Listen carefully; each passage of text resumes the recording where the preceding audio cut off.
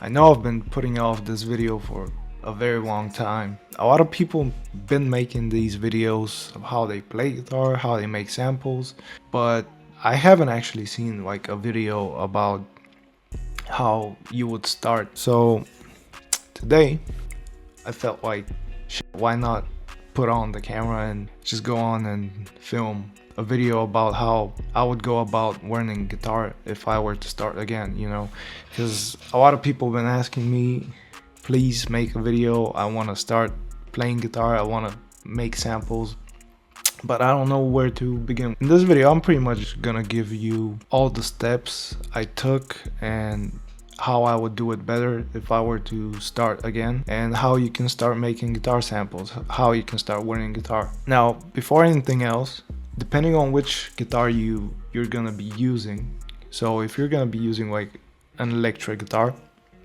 you're gonna need different equipment compared to as if you're gonna be recording a nylon acoustic guitar. If you're gonna be recording an electric guitar, you're just gonna need this standard guitar cable and of course an interface, because you're gonna need to plug it in. Now you can get a Focusrite, you can get a Motu, you can get anything, pretty much anything is gonna do the job depending on your budget. If you're gonna be using a nylon acoustic guitar, it's a little bit different because you're gonna need a microphone. I've used a lot of different microphones, currently using this one, which is the Aston Origin, but I've used this before, a Behringer B5. It's pretty cheap, it's like $40 or something. Before that I was using this SL75 Behringer mic, it's even cheaper, like 20 bucks. So you're gonna need a microphone, you're gonna need a XLR cable, which you're gonna plug into your audio interface and your microphone. With microphones, I wouldn't spend too much. The one choice I would make is based off, is my environment noisy, is it not? So if you live like in a place where it's really noisy and you can't actually get a nice clean recording, I would recommend going with a dynamic microphone so that it doesn't capture noise around you. But yeah, as long as it gets the job done. So once the gear question is out of the way, how I started personally, I used to look up tutorials on YouTube about how to play guitar, but if you're just starting, it's kind of complex and you don't know how to progress with your whole journey, so to say. I found this Justin Guitar website. So this guy, he's made a completely free course on guitar, which pretty much starts from the basics on how to hold a guitar if you've never held a guitar in your life, to just advanced jazz theory and so on, and it's all free. What I did was I pretty much just made an account. I started watching his videos. The good thing is, like, after each lesson he just gives you like homework, what you should be practicing after each lesson. So yeah, as you can see, like, he pretty much starts from the basics, like finger placement, how to hold a guitar, and so on.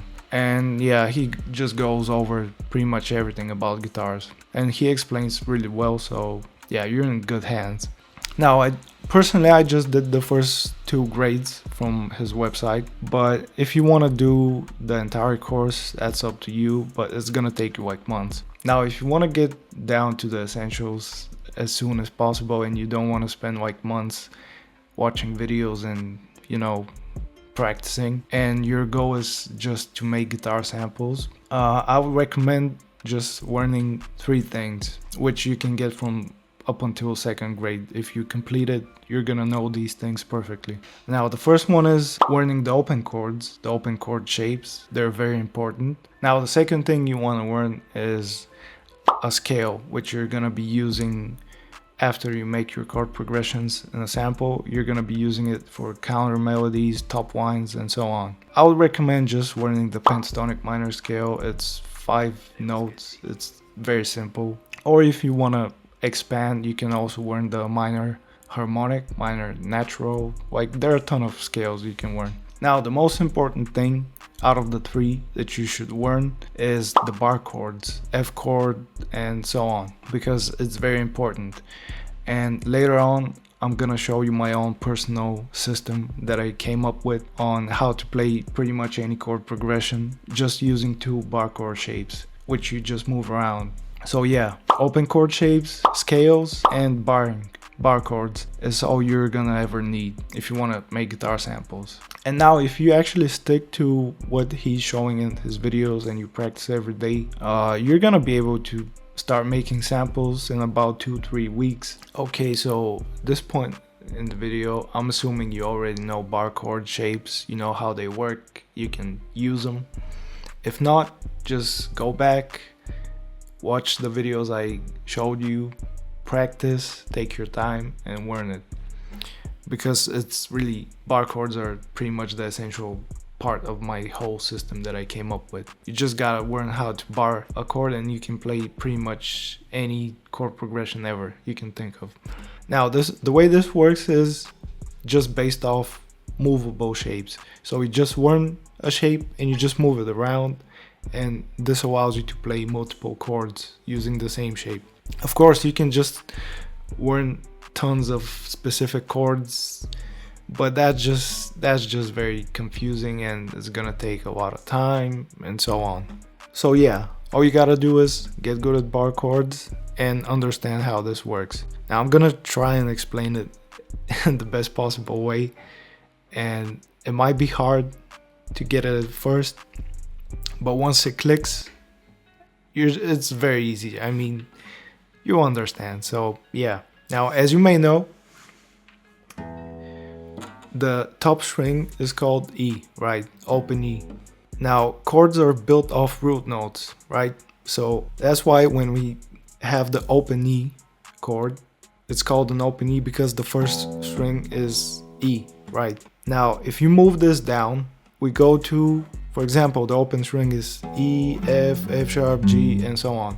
Now if we move the open E, let's say E minor, right? If you move this a fret down, it becomes an F minor chord, which you probably already learned. So when you bar and move it down, it becomes an F minor chord. So essentially when you're using the E type chords, E type bar chords, the root note of the sixth of the top string is gonna define the name of your chord. So let's say you just go to the 7th fret, right? The note on the 6th is B. So if you play a minor E minor shape with a bar chord on the 7th fret, that means you're playing a B minor shape. If you play an E major shape, which is like this, as you already know, if you play this on, let's say, the 5th fret, the 5th fret is A, the note, the top note. So yeah, if you play the E major shape on the 5th fret, you're essentially playing an A major chord. So yeah, you have E minor, E major, E7th chord, whatever, and you just move it around using your bar chord, and the top 6th string is gonna define what the name of your chord essentially is, because it's the root note. Now one thing you can actually do, which I did when I was starting, if you don't want to sit down and count, for example, I'm on the 4th fret, what's the root note?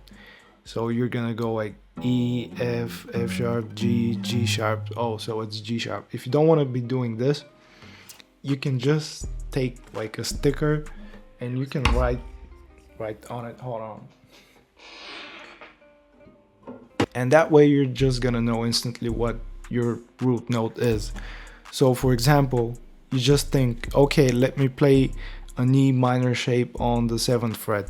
So you just come to the 7th fret, you bar it, you use the E minor shape, and you see that the 7th fret is B, which means that I'm playing a B minor shape. Or for example, you want to, let's say you want to play a G sharp major chord.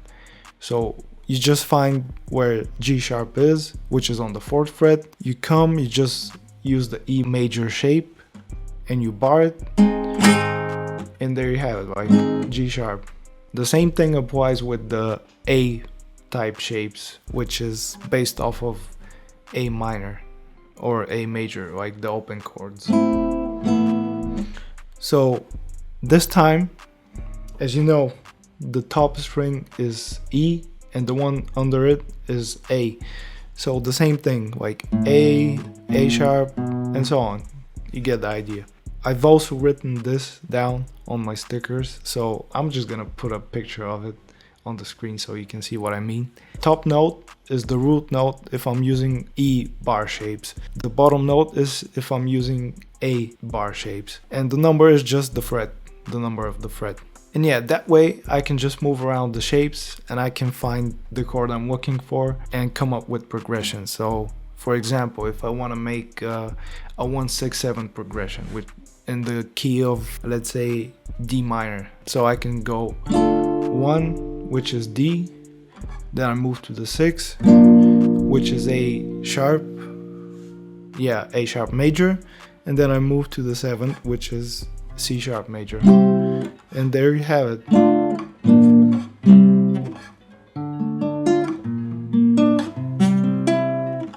And yeah, you can just use this to come up with different chord progressions. If you do not know the scale degrees in a chord in a key, I'm just gonna put this down in the description so you can just use it as a reference.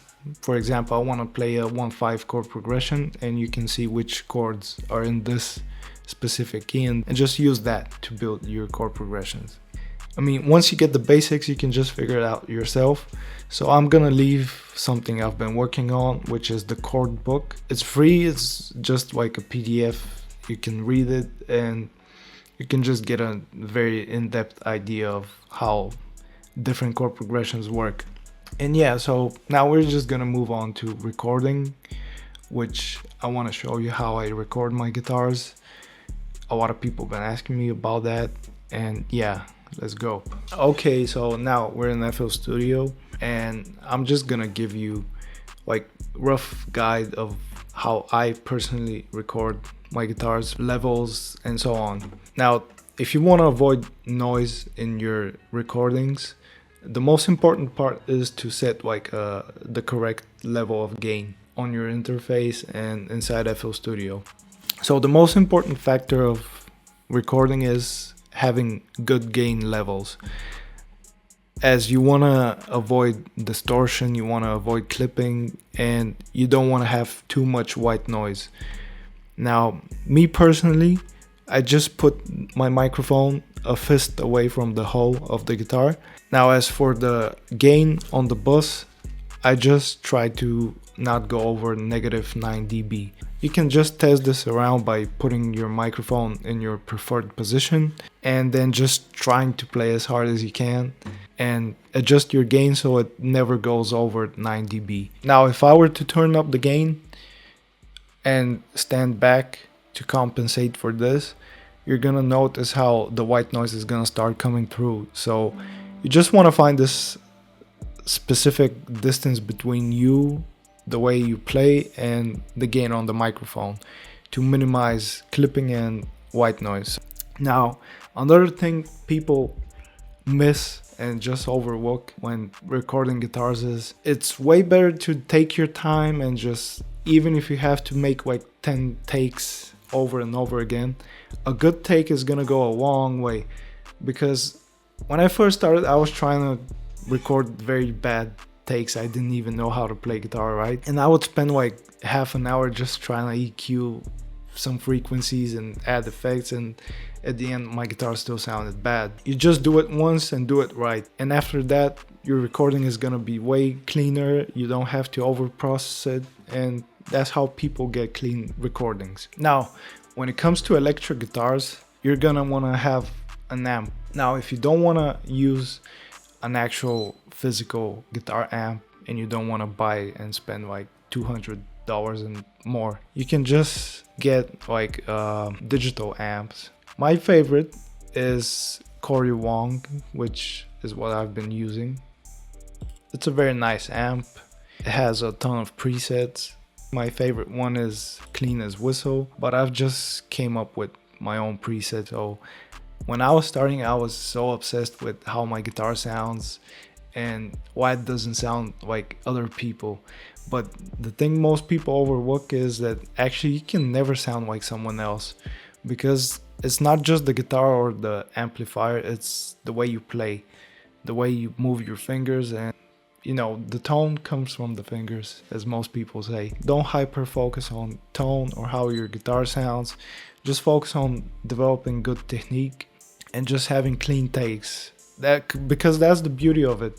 Like when you're playing live, you cannot play everything perfectly, but when you're in FL Studio or Ableton or whatever, you can just do a take, play one chord, you can chop it up, you can move it. Just make sure that the chord itself is played right, it sounds good, and yeah, that's it. Now, if you want to keep improving, I would suggest the best way to do it is pretty much just watching other people cook up.